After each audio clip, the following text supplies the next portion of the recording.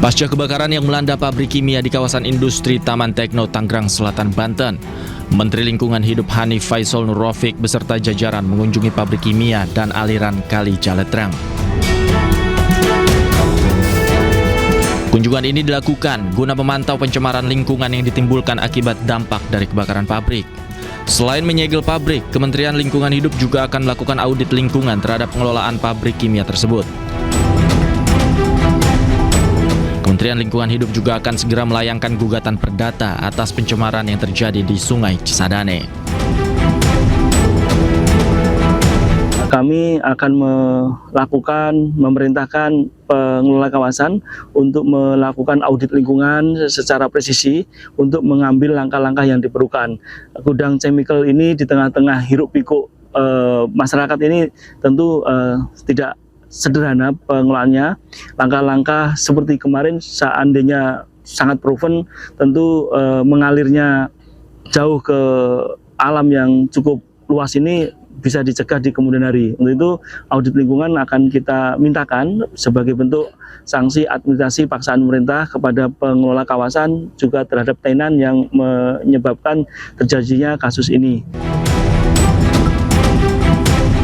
Sementara itu, polisi telah memeriksa 7 orang saksi terkait kebakaran yang terjadi di pabrik kimia hingga menimbulkan pencemaran lingkungan. Polisi juga tengah menunggu hasil uji laboratorium forensik untuk melanjutkan proses hukum lebih lanjut. Kita sudah coba untuk melakukan upaya-upaya termasuk untuk mengambil sampel segala macam. Juga kita mengundang puslapor juga, Inapis juga kaitan dengan prosesnya. Ini kan kita yang pertama-tama kita mitigasi dulu untuk keamanan di wilayah itu dulu. Sebelumnya, sebuah gudang penyimpanan bahan kimia di kawasan industri Taman Tekno, Tangerang Selatan, Banten ludes terbakar. Banyaknya material yang mudah terbakar membuat api sulit dipadamkan. Diduga pabrik inilah yang menjadi sumber pencemaran di Sungai Cisadane. Dari Tangerang, Banten, Tim Liputan iNews melaporkan. Pemirsa, rencana kesepakatan tarif resiprokal antara Indonesia dan Amerika Serikat menjadi perhatian kalangan akademisi. Perjanjian itu dinilai berdampak strategis terhadap perdagangan dan juga arah kebijakan ekonomi luar negeri Indonesia.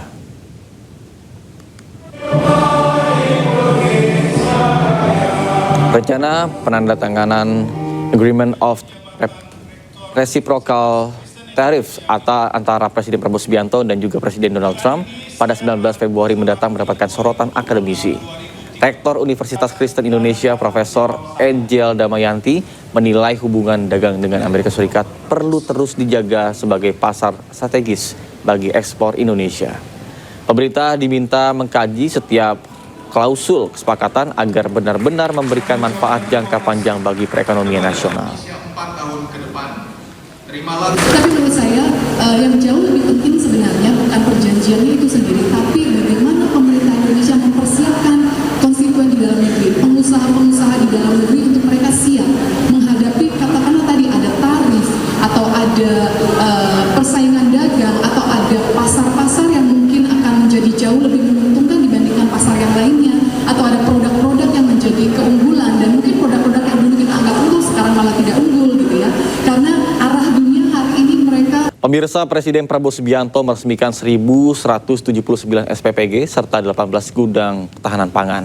Hal ini merupakan langkah strategis untuk memperkuat kualitas sumber daya manusia dan ketahanan nasional.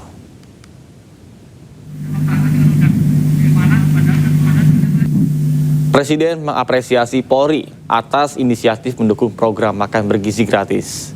Bahkan saat ini program MBG telah menjangkau lebih dari 60 juta penerima manfaat dengan dukungan lebih dari 22.000 dapur SPPG yang tersebar di 38 provinsi.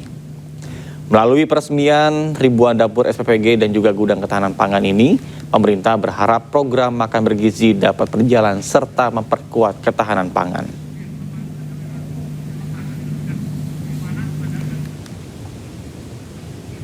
Pemirsa, Presiden Republik Indonesia Prabowo Subianto menganugerahkan tanda kehormatan bintang jasa kepada Wakapolri, Kepala Badan Gizi Nasional, dan sejumlah pejabat negara lainnya. Penganugerahan ini dilakukan dalam peresmian 1.179 SPPG dan 18 gudang ketahanan pangan Polri.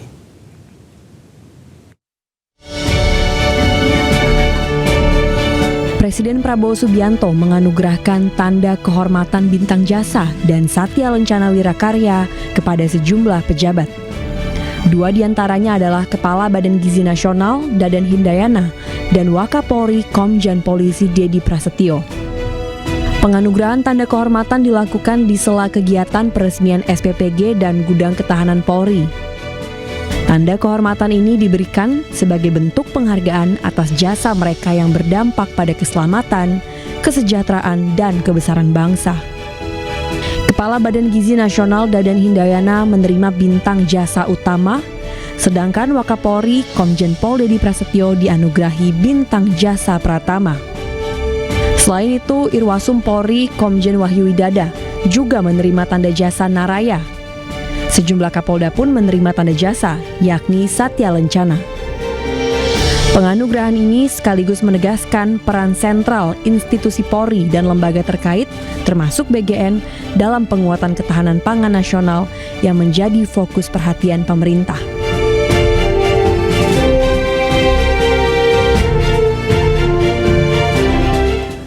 Pemirsa, Presiden Prabowo Subianto menghadiri peresmian SPPG dan Gudang Ketahanan Pangan yang berlangsung di SPPG Polri di Palmerah, Jakarta Barat. Ada momen menarik dalam kesempatan itu, Presiden Prabowo Subianto mencicipi makanan secara langsung, menu makanan bergizi gratis.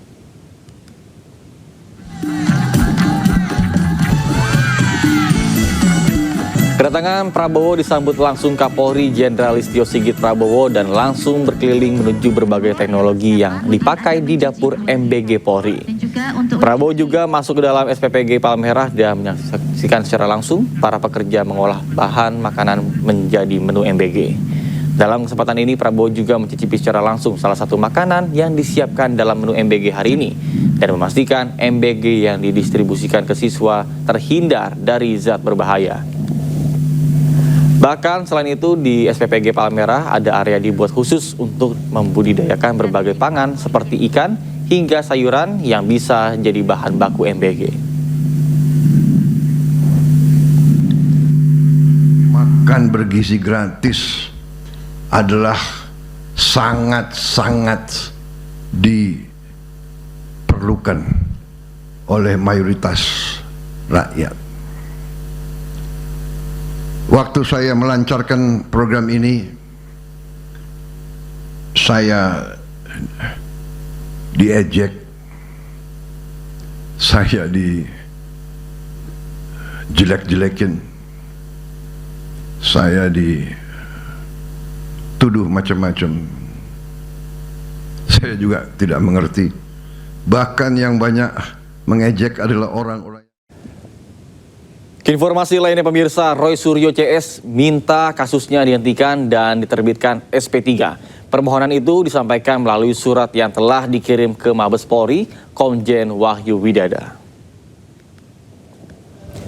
Roy Suryo, kemudian Rismon Sianipar dan Dr. Tifa mengirimkan surat kepada Inspektur Pengawasan Umum Polri, Komjen Pol Wahyu Widada. Surat berisi permintaan penghentian penyidikan terhadap kasus fitnah ijazah palsu Jokowi. Permintaan ini pun dilayangkan menyusul diterbitkannya SP3 kepada dua tersangka lainnya, yaitu Egy Sujana dan Damai Harilubis. Kubu Roy menilai jika dua tersangka lain bisa dihentikan kasusnya, maka untuk Roy, kemudian Rismon dan Tifa harusnya bisa diperlakukan dengan sama. Selain itu, permohonan penghentian kasus Roy Suryo CS juga didasari oleh keterangan ahli yang dihadirkan, yaitu mantan Wakapolri Ugro Seno.